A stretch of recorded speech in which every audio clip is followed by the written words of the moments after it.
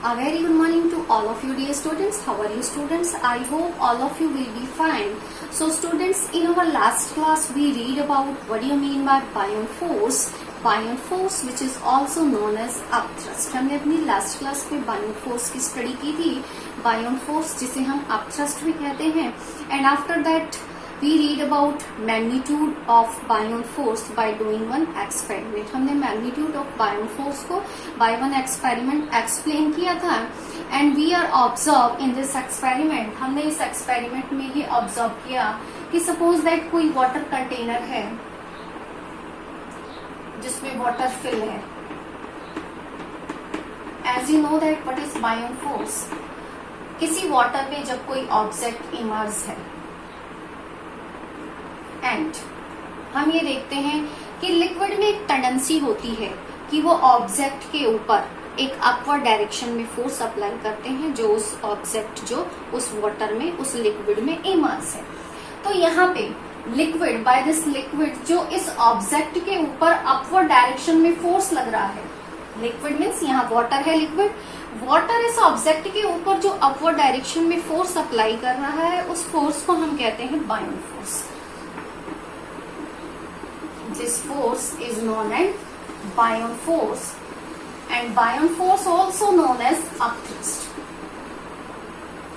Buoyant force को हम upthrust भी कहते हैं. So water container जिसमें water है हमने एक ऑब्जेक्ट को इसमें हैंग किया जो कि पार्शली इमर्स है जिसका स्मॉल वॉल्यूम वाटर के अंदर इमर्स है. अब यहाँ पे अपवर्ड डायरेक्शन में जो ऑब्जेक्ट के ऊपर फोर्स लग रहा है वो है buoyant force. हमने इस ऑब्जेक्ट को बिना इमर्स किए पहले इसका वेट मेजर किया था. सपोज दैट एयर में इस ऑब्जेक्ट का वेट 5 kg था.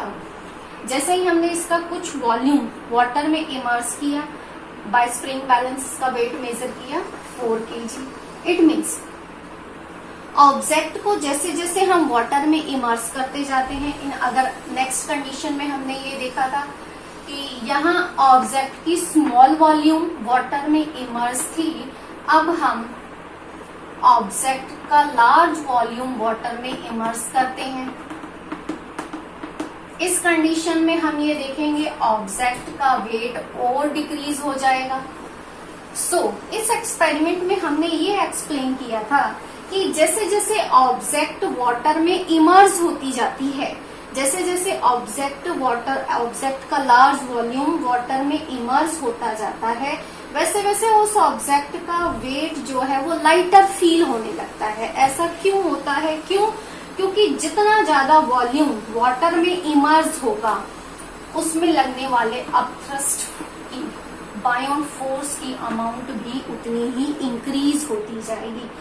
इन दोनों कंडीशन में अगर हम कंपैरिजन करते हैं कि किस कंडीशन में ऑब्जेक्ट के ऊपर बायोंट फोर्स की अमाउंट ज्यादा है. इस कंडीशन में ऑब्जेक्ट का स्मॉल अमाउंट वाटर में इमर्स है and in this condition water का ऑब्जेक्ट का लार्ज अमाउंट जो ऑब्जेक्ट है उसका लार्ज अमाउंट वाटर में इमर्स है. दोनों कंडीशन में अगर हम बायोंट फोर्स को एक्सप्लेन करें तो बायोंट फोर्स की अमाउंट इस कंडीशन में सेकंड कंडीशन में जहां ऑब्जेक्ट का लार्ज अमाउंट वाटर में इमर्स है यहाँ बायोंट फोर्स की अमाउंट ज्यादा होगी. जैसे जैसे ऑब्जेक्ट वाटर में इमर्स होती जाती है बायोंट फोर्स की अमाउंट भी इंक्रीज होती जाती है. और जैसे ही ऑब्जेक्ट कंप्लीटली वाटर में इमर्स हो जाएगी वो पूरी तरह से वाटर में जब इमर्स हो जाती है इन दिस कंडीशन बायोंट फोर्स की अमाउंट जो है वो कांस्टेंट हो जाती है. इसके बाद जब वो कंप्लीटली वाटर के अंदर इमर्स है उसके बाद उसकी पोजीशन में अप एंड डाउन होने पर उसके बायोंट फोर्स की वैल्यू में कोई चेंज नहीं आता. मीन्स यहाँ से अगर हम इसे कहें थोड़ा सा और इस ऑब्जेक्ट को डाउन में कर दे तो उस कंडीशन में अब बायोंट फोर्स की वैल्यू में कोई चेंज नहीं आएगा. ऑब्जेक्ट के वेट में जो लाइटर है एयर में जो ऑब्जेक्ट का वेट था 5 kg हमने उसका कुछ वॉल्यूम वाटर में इमर्स किया उसका वेट डिक्रीज हो गया. ऑब्जेक्ट का लार्ज वॉल्यूम वाटर में इमर्स किया ऑब्जेक्ट का वेट और डिक्रीज हो गया. इट मीन्स जैसे जैसे ऑब्जेक्ट वाटर में इमर्स होती जाती है वैसे वैसे उसमें लगने वाले बायोंट फोर्स की अमाउंट भी इंक्रीज होती जाती है. That is the magnitude of buoyant force. Now let's see factor affecting the buoyant force. buoyant force को affect करने वाले factors कौन कौन से हैं? Factors affecting the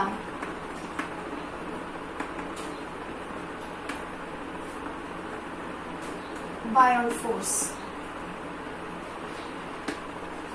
Affecting the buoyant force. Now let's see what are the factors affecting the buoyant force. The magnitude of buoyant force acting on an object immersed in a liquid is depend on two factors. किसी भी object पे liquid by liquid किसी object के ऊपर वो object जो उस liquid में इमर्स्ड है उस पे लगने वाले बायोन फोर्स की अमाउंट टू फैक्टर्स पे डिपेंड करती है. First is volume of object, volume of an object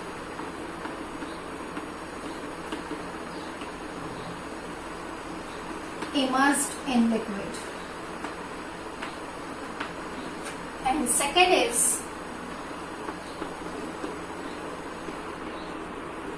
density of the liquid.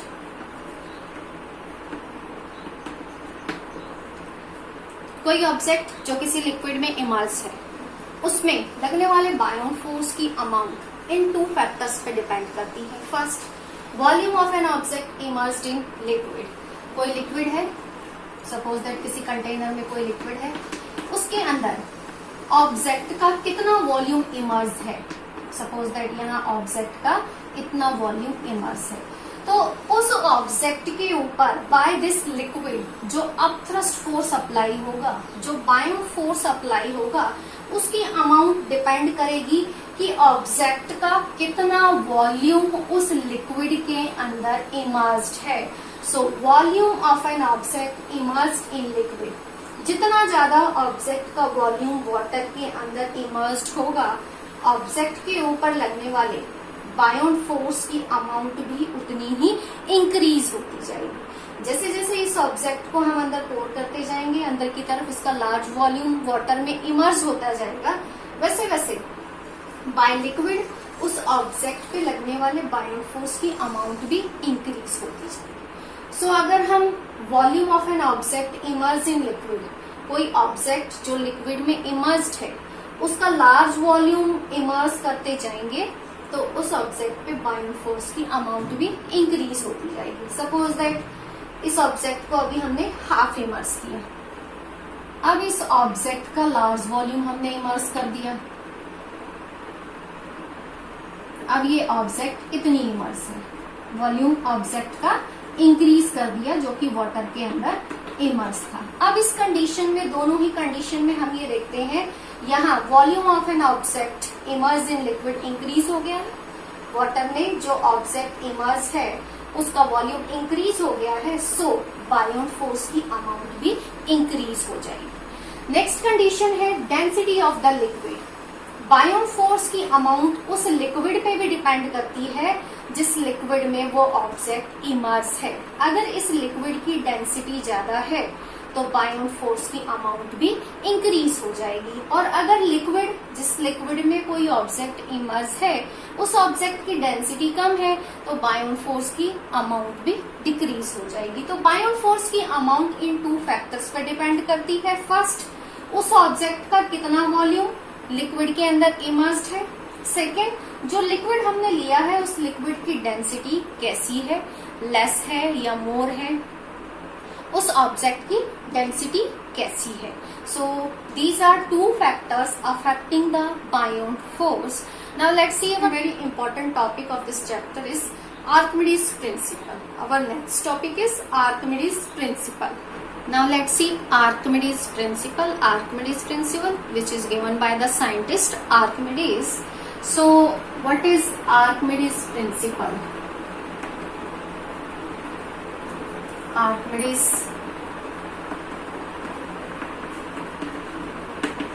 principle. As you know that liquid की टेंडेंसी होती है कि कोई ऑब्जेक्ट जो उसमें इमर्स्ड है उस पर वो एक अपवर्ड डायरेक्शन में फोर्स लगाते हैं.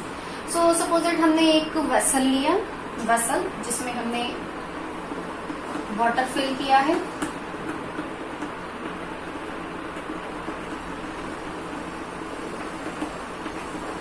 और यहाँ पे एक डिलीवर्ड ट्यूब इसमें कनेक्ट कर दिया है हमने। इस तरह से इसमें एक डिलीवर्ड ट्यूब लगा हुआ है, कोई ऑब्जेक्ट है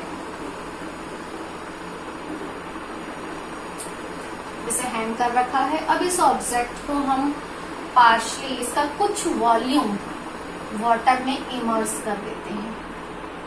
जैसे ही हम इसका कुछ वॉल्यूम वाटर में इमर्स कर देते हैं, जिस वॉल्यूम में वो ऑब्जेक्ट वाटर में इमर्स है, जितना वॉल्यूम ऑब्जेक्ट का वाटर में इमर्स है, उस वॉल्यूम की वाटर डिस्प्लेस हो जाती है। उतनी वॉल्यूम में वाटर ऊपर आएगी और इस डिलीवर ट्यूब के थ्रू वो दूसरे कंटेनर में कलेक्ट हो जाएगी। तो जिस वॉल्यूम में वो ऑब्जेक्ट वाटर में इमर्स है, उस वॉल्यूम की वाटर जो है वो वहां से वेट वेसल से डिस्प्लेस हो जाती है। And according to the Archimedes principle, Archimedes ने अपने प्रिंसिपल में ये कहा था कि उस ऑब्जेक्ट के ऊपर जो लगने वाले अपथ्रस्ट बायोन फोर्स की अमाउंट है, the force acting, the buoyant force acting on an object is equals to the weight of an object displaced by that object. According to Archimedes principle, Archimedes principle क्या कहता है? The buoyant force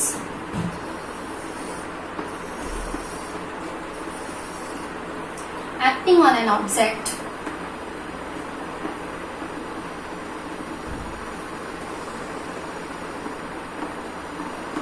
is equals to weight of the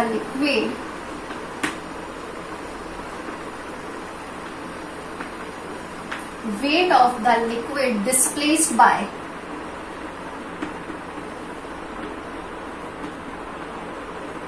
that object. That is the Archimedes principle. And according to Archimedes principle, buoyant force acting on an object, किसी object के ऊपर, वो object जो किसी liquid में इमर्स है, उस object के ऊपर लगने वाले बायोन फोर्स की अमाउंट इक्वल होती है the weight of liquid displaced by that object. उस ऑब्जेक्ट ने जितनी वाटर डिस्प्लेस की है, उस डिस्प्लेस्ड वाटर का वेट इक्वल होता है उस ऑब्जेक्ट पे लगने वाले बायोन फोर्स के। जैसे हम किसी ग्लास में वाटर लेते हैं, उसमें कोई स्टोन डाल दिया हमने, कुछ अमाउंट में वाटर का लेवल क्या हो जाएगा? अप हो जाएगा। कितना अप होगा वाटर का लेवल? जिस वॉल्यूम में वो ऑब्जेक्ट, जितना वॉल्यूम और किसी ऑब्जेक्ट का वाटर में इमर्स है, उस वॉल्यूम में वाटर का लेवल क्या हो जाएगा? अप हो जाएगा। यहाँ हमने एक डिलीवर ट्यूब लगा के उस वॉल्यूम की वाटर को सेपरेट कर दिया है। So that is the Archimedes principle. Archimedes principle and according to Archimedes principle, the buoyant force acting on an object, किसी ऑब्जेक्ट के ऊपर लगने वाले बायोन फोर्स की अमाउंट इक्वल होती है the weight of that object, the weight of that liquid displaced by the object. Object ने जिस अमाउंट में उस लिक्विड को डिस्प्लेस किया है, उसका वेट इक्वल होगा उस ऑब्जेक्ट पे लगने वाले बायोन फोर्स की अमाउंट के। So that is Archimedes principle. And now next topic is principle of flotation and relative density. ये दो टॉपिक्स हम अपनी नेक्स्ट क्लास में रिवाइज करेंगे। Now you have to revise Archimedes principle. आज आपको आर्किमिडीज प्रिंसिपल रिवाइज करने हैं and factor affecting the buoyant force. ये दो टॉपिक्स आपको आज रिवाइज करने हैं। Okay students, now thank you.